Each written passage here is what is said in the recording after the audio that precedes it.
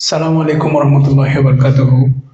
Suggestion giving ভিডিওর part 4 অর্থাৎ final part fundamental of nursing এর যে সর্বশেষ পার্টটি রয়েছে নার্সিং টেকনিক অ্যান্ড প্রসিডিউর 1। এটার মধ্যে থেকে পরীক্ষার জন্য আমরা কোন কোন টপিকগুলো সবার আগে শেষ করব এবং খুবই গুরুত্বপূর্ণ। প্রথমে আছে হ্যান্ড ওয়াশিং পড়ব। হ্যান্ড ওয়াশিং থেকে কি কি পড়বো? ডিফাইন, পারপোজ এবং প্রসিডিউর।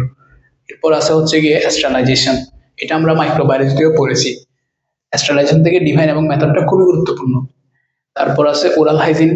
তারপর হচ্ছে গিয়ে ওইখান থেকে কি বলবো? ডিফাইন, পারপোজ, ইন্ডিকেশন, কমপ্লিকেশন এবং প্রসিডিউর।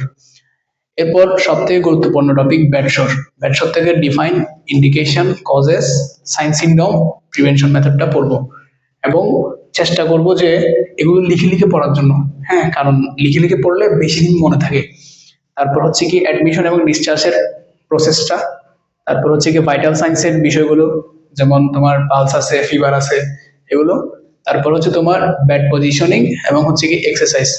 ব্যাড পজিশনিংটা গুরুত্বপূর্ণ, তবে এক্সারসাইজ থেকে হচ্ছে গিয়ে মানে এসকিউ আসছে আর হচ্ছে ওই ওই এমসিকিউর জন্য গুরুত্বপূর্ণ। ধন্যবাদ।